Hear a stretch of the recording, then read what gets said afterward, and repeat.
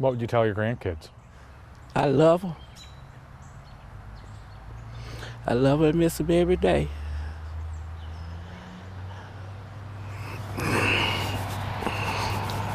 It's been more than a month since Joyce Banks has seen her grandkids. It's tough. Yeah, it is. And the only thing they say, they want to come home. The two kids, a boy and a girl, ages 10 and 6, were taken from their parents this spring after both were arrested. First, they were living with Joyce until she was hospitalized. Then they stayed with their aunt. Now they're separated, living in foster care. Do you think anyone was acting in the best interest of those children? No.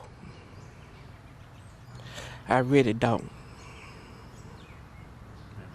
I could be wrong, but that's just the way I feel. Did they fail these children? Yes. In a way, yes.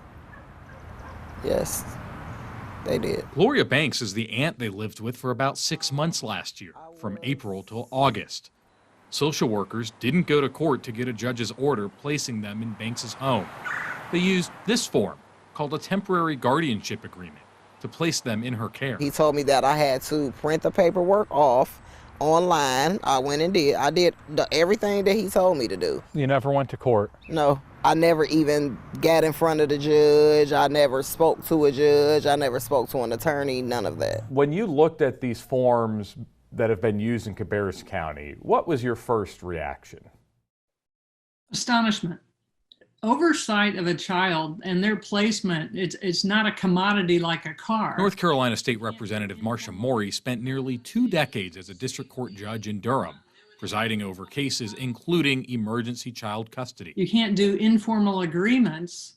You have to follow the law. In your experience as a judge and with your knowledge as a legislator, is there any world in which a form like this could be legal to use? Absolutely not. These forms are not to be used in our agency. Karen Calhoun is director of Cabarrus County Human Services. She says her agency took immediate steps to correct the cases, like the Banks children, where illegal forms were used to remove them from their parents. We, as soon as I was notified, we quickly made a decision that all 3 families would be contacted. And they were contacted by phone call by our administration and had a conversation. But there's no record of anything else happening. Social workers never got the required court order.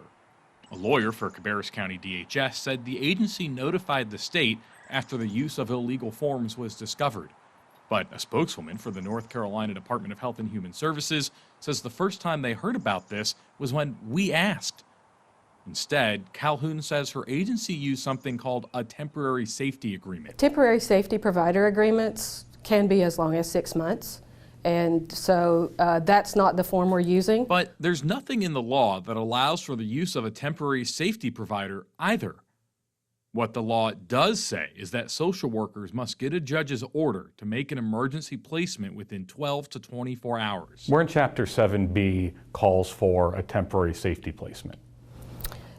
It is in child welfare policy with the Division of North Carolina Social Services, and we're following policy and practice and guidance that we can use temporary safety providers. Where in Chapter 7B allows for the use of a temporary safety placement?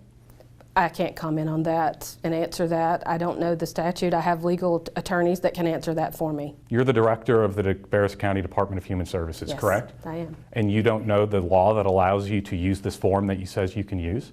I'm not saying that the law allows us to use that form. I'm saying that child welfare practice and policy in the state of North Carolina allows me to use that form. Recently, a spokesman for the North Carolina Department of Health and Human Services, which oversees county DSS agencies, told WBTV there is no law specifying the use of temporary safety placements. The statute requires a social worker get a non-secure custody order and emergency placements within 12 hours or 24 hours on a weekend or holiday. Did your Yes. agency do that? These children weren't taken into custody at that time. Were they taken from their parents? They were placed with a temporary safety provider as a voluntary placement. I don't think it matters what term you're using, temporary, guardianship, safety plan, whatever. You need permanency and you need safeguards to make sure these children are taken care of well. This process is simply sign a piece of paper and off the child goes. Maury underscored the legal requirement that social workers get a court order when taking children from their homes. We don't know how safe they are. What happens with confidential records? What happens with school records? There are so many problems with this. That's why court involvement is essential. Then there's this email sent on April 5th, where the child welfare supervisor reminded employees they cannot use temporary guardianship forms, saying there had been, quote, several incidents in which that had happened recently. Read that again. The email says several incidents. But Calhoun had a different story in our interview, claiming that email was prompted by one request from a different county to use an illegal form. And it was one incident.